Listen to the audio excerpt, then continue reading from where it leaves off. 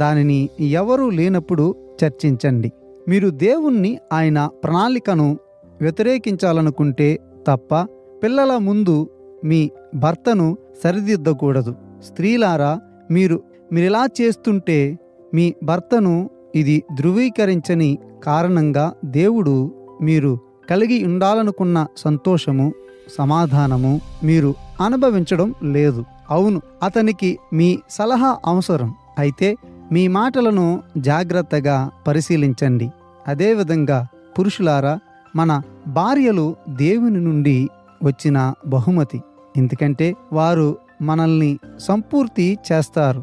అంటే వారు చెప్పేది కూడా మనం పరిగణించాలి. పిల్లలను పెంచడం విషయంలో మీ భర్తను మారమని ప్రోత్సహించడం అనేది మీ భర్తను పక్కకు తీసుకెళ్లి మీ కొడుకును ఎందుకు అరుస్తున్నాడని అతనిని అడగడం. అప్పుడు అరవడం సహాయం చేయదని కృపాసహితంగా అతనికి గుర్తు చేసి దానికి బదులుగా తగిన క్రమశిక్షణ చేయాలని సూచించండి.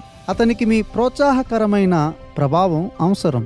మీ పిల్లల ఆత్మల గురించి అతనికి లేని అంతర్దృష్టులు మీకు ఉన్నాయి.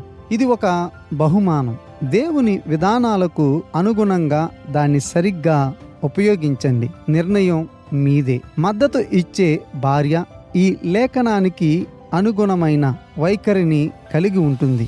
మరియు నీ సహోదరుడు నీ ఎడల తప్పిదము చేసిన ఎడల నీవు పోయి నీవును అతడును ఒంటరిగా నున్నప్పుడు అతనిని గద్దించుము. అతడు నీ మాట వినిన ఎడల నీ సహోదరుని సంపాదించుకొంటివి.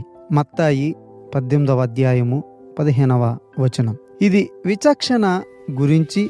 ఏది జరిగినా గోప్యంగా ఉంచడం మరియు ఇతరుల ప్రమేయం లేకుండా నిర్వహించడం. అది ప్రేమ. మరియు మనం ప్రేమతో సత్యాన్ని మాట్లాడాలి. ఎఫెసీ 4:15. నిర్వహణ మనిషి ఎవరు?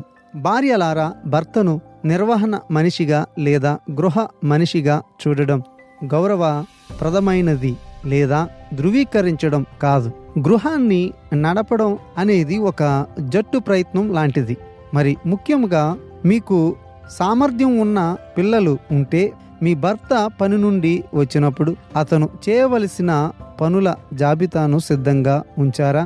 మీరు ఇంట్లో సామర్థ్యం గల పిల్లలను కలిగి ఉంటే వారికి చిన్న చిన్న పనులను అప్పగించడం ఉపయోగకరంగా ఉండటమే కాకుండా వారి బాధ్యత, స్వీయ నియంత్రణ వయోజనులకు ముఖ్యమైన లక్షణాలను కూడా నేర్పుతుంది.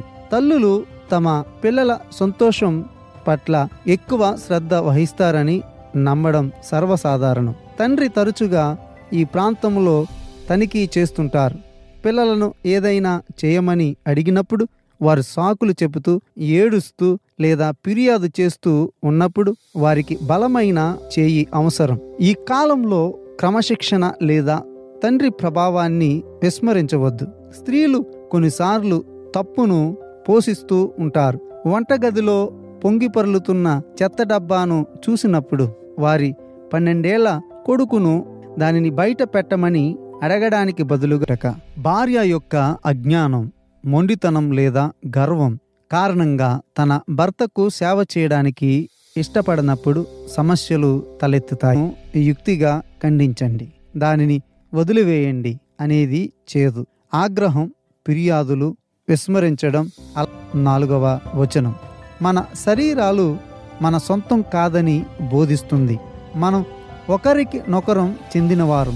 మనము ఒకరినొకరి అవసరాలు, కోరికలను పరిగణలోనికి తీసుకోవాలి. ప్రార్థన చేయుటకు మీకు సవాకాశము కలుగునట్లు